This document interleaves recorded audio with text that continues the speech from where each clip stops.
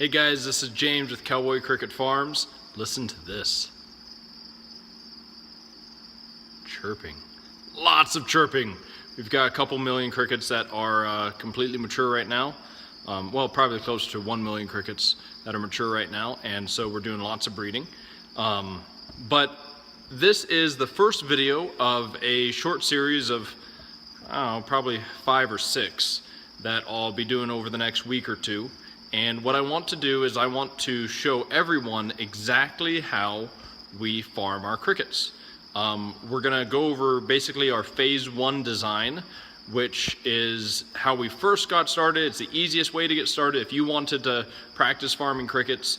From there, we'll go all the way through selection of the products that you need, how to get the crickets, how to process the crickets, how to process the frass, everything.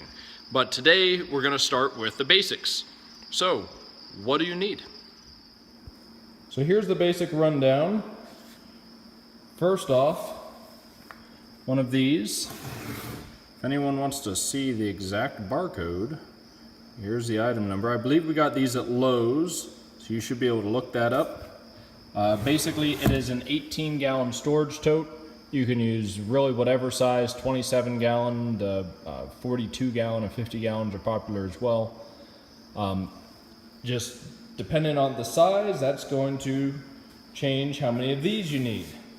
So these are egg cartons. They're cardboard. Do not use the plastic ones unless they're some kind of reusable hard plastic. But these are just cardboard egg cartons. These ones have been used once before, so we're going to reuse them. And really, if you just keep yours at home and you're just doing 1 or 2 bins, that'll probably be great. If you're doing a lot more, then there's places you can go to buy these things wholesale. We buy a couple thousand at a time, use them up a little bit, and then let them go on to the next stage of their life after that. We'll get to that in a different video. So next you have feed.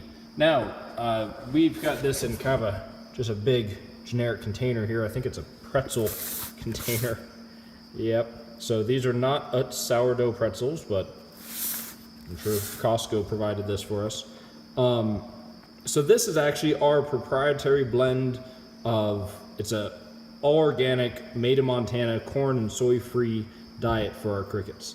And we found that they really are doing great on this. But you can use many things. There are commercial cricket feeds available. There's some commercial chicken feeds available. You just need to make sure that's ground up really finely. Alternatively, if you want to buy this, it is going to be for sale. And so I'll put a link down in the description below. Please visit cowboycrickets.com if you have any more questions. Our blogs are a little bit slow, but we'll start getting on those. And you can definitely buy this at cowboycrickets.com. So just look for the cricket feed. Moving on, we've got 2 plastic lids. Now, we actually started these with some yogurt containers, and you could definitely, or yogurt container lids rather, and you could definitely do that. Just get some cream cheese or cottage cheese, yogurt, whatever you, and use the lids from that. What these are though, are actually Pyrex storage container lids. If you go on Amazon, you can get just the lids, so without the glass pieces. And what's nice about them is that they're thick, they're reusable, they're extremely durable and flexible. The yogurt lids will last in a commercial environment like this for a couple weeks maybe. These we've had for months and months and they're barely showing anywhere. So we've got these smaller ones and then the larger one. Let's see, a larger one is a 4 cup, smaller one is 2 cup. And basically that just changes how many sponges or how much food you can hold. If you have bigger bins, use the bigger lids. If you have smaller bins, use the smaller lids. Next up are sponges. So we are working on ways to not have to use sponges anymore. But these are actually probably the best thing that you can use if you're just going to grow some crickets at home. You can see these are Trader Joe's brands. Again, we get these on Amazon. They are natural vegetable cellulose, and that is extremely important because if you start using the synthetic sponges like you can find just about anywhere else, and the crickets eat them, well, guess what you're eating? If the crickets even live, you're eating the plastic as well. The idea is that we want a really, really high quality product, and so we use these undyed natural vegetable cellulose sponges. They're actually edible. And so they are a little bit more expensive, but again, if you only have a few bins, this will last you a long time. And we'll go through how to clean and sanitize and reuse these on a future video. Moving into the last segment, we have what we call our Fractionator, which is basically, well, not basically, it's literally a little 2-inch paintbrush. And this is from a quart milk carton. You can see that's kind of like the bottom corner of it.